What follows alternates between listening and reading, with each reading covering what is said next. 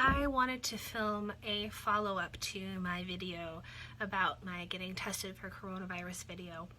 First of all, thank you to everybody has reached out and asked how we're doing and sent their love, and extra thank you to those of you that dropped off goodies at our house, that sent something for Joel's birthday, because that really helped. Having to be quarantined during that time, it's not the easiest way to celebrate. So thank you to everybody that has reached out. I know a lot of you have been praying for us and thinking about us, and I thank you so much for that, but I promise you that we're totally fine.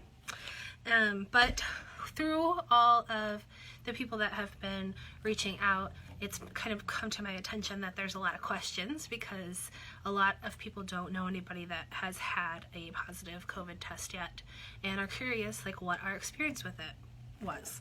And I just want to make a disclaimer that I'm not a doctor or a healthcare professional, a scientist, or an expert on any of this by any means, and I'm not going to tell you what to do with yourself for protecting yourself or your loved ones from this virus. I'm just going to tell you what it was like for us and what our experience was, and hopefully it'll remove a little bit of fear, because for us it really was not the terror that it's been made out to be in a lot of circles. So that's, and if anybody disagrees with how we handled it, just keep it to yourself. We're all just trying to do our best here, okay?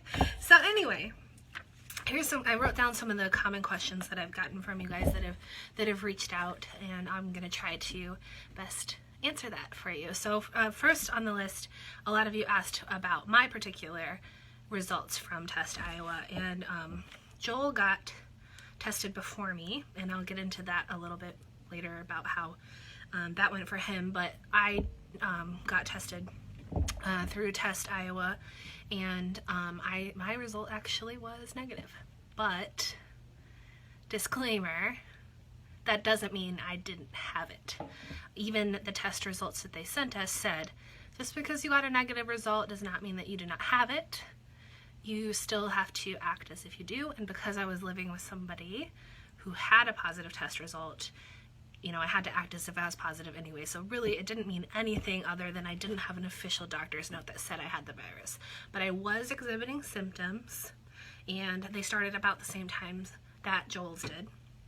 And so to me, I had it. But there really wasn't any point in getting tested again, because by the time I could get back into Test Iowa, we would have already been quarantined for the time that the doctor recommended.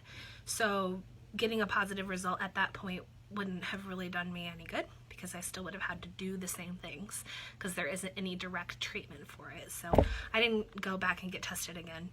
And from some of the research that I did on the internet, of course, you go down a rabbit hole and these things happen to you. But from what I understand, and from some of the information that Test Iowa sent me, it can sometimes take a while for it to show up in your mucus. So you might be early on, or you may be one of the cases that it doesn't show up that way for you. So the testing is it's one of the things I learned from this, is not all that accurate. But the answer to that question is, technically, my test came back negative.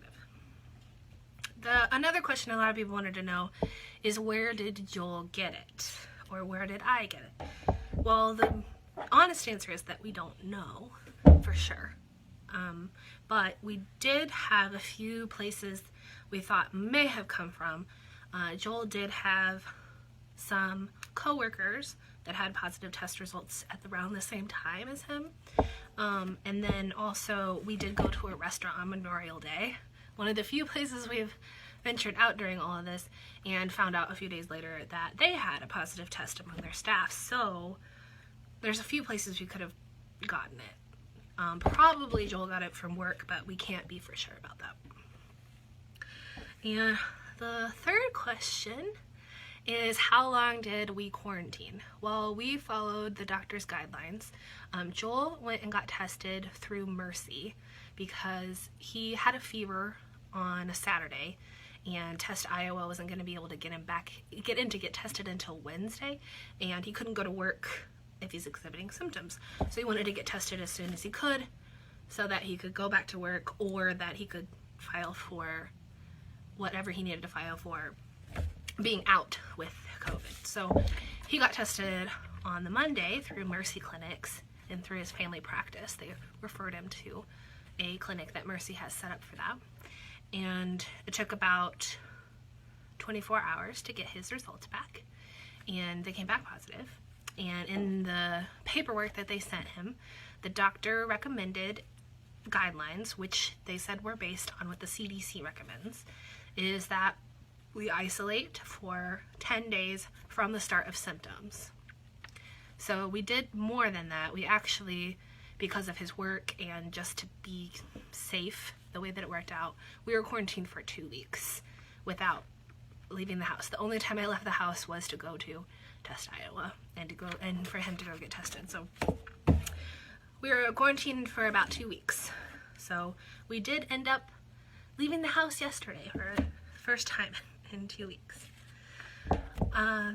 Another question that we got a lot was, what did it feel like for us? And I think a lot of people are wondering this particularly because they're worried about themselves and what it might feel like, because the reality is that a lot of us are going to get this because it's contagious. There's no cure for it and we don't have a vaccine. So unless you're going to continue to live in isolation forever, you're probably going to get it. But for us, and everybody's different, we both had, well, I'll tell you what it was like for me and I'll tell you what it was like for Joel, because it was slightly different. For me particularly, I got a sore throat. It started with a sore throat. Had that pretty much for like a week straight. And for the first like week or so, I did have a little bit of chest tightness, a cough kind of, but it was only if I got aggravated, like I exerted myself or I laughed or something like that, then I would get a cough, but it wasn't that bad. I've had lots of bronchitis that was way worse than this, and it really, like, if we weren't in the middle of a pandemic, I never would have probably went to a doctor for it. It was that mild. Like, I would have maybe taken a day off of work and that's about it. But since we're under this new circumstances, we knew that these are symptoms and we should take it seriously. And I was tired, really, really tired. And but I continued to work. Since I work from home, I could still work the whole time. I took maybe like, I took the weekends off, and I took like maybe one day off when I was feeling really tired completely. But other than that, I was pretty much work as usual. Joel had the same kind of symptoms. He actually did run a fever. I never did, but it was only for about 4 days and it was very low grade. And he also lost his sense of smell and taste, which I've heard can last, beyond the quarantine time, but it is coming back for him now. I had a little bit of that, but I never lost it completely. And another question is, how do we feel now? Good. We're, past the 2 weeks of, required quarantine, and we're better. I mean, yesterday we went and got a bunch of dirt and hauled it into our raised garden beds, and I'm not feeling as tired now, and I think I would call us recovered. So I don't know if that means we're immune now, because they're not really sure. That's one of the things that brings me to my next question, which is what I've learned from this whole process. One of the number one things is that nobody really knows what we're dealing with. If any of you have been reading stuff, it's like, we don't know how you're supposed to act or how accurate any of these tests are, and even the experts, they're just not really sure because it's new. Any kind of knowledge comes from dealing with something for a while in a broad population, and we just don't have that. So that's one of the things I really learned from all this. We're all just doing the best we can. So, and also my negative test result, to me, is telling us that the cases are a lot higher than we think they are, because people like me who had it, I'm sure, if it's as contagious as they say it is, and I was sleeping next to someone every night that had it, and I was exhibiting all the same symptoms as him, I had it, but it didn't show up positive. So I'm not going to be counted in the state's numbers of positive cases. And prior to when we caught the disease, they were just telling a lot of people that had symptoms to just self-quarantine for 2 weeks. You don't need to come in because there's no treatment for it. So there's a lot of people, especially early on, that had it that aren't getting reported. So the cases are much, much higher than they're telling us or than they've recorded them. But also, it's not that scary. If you're healthy, relatively healthy, you don't have an underlying health condition, I don't think you really need to be afraid of this. Of course, we need to protect our vulnerable, and it's up to you to make your own decisions about your health. But if you're if you're losing sleep over it because you're afraid that it's gonna kill you, I don't think that the majority of people we're finding hasn't been that bad. That's been our experience. Like, I'm not gonna tell you to just go out and act irresponsibly, but I also think that you can maybe ease up on the fear. So hopefully this will get rid or ease some people's anxiety about it, especially if you're in the majority of the population that is relatively healthy.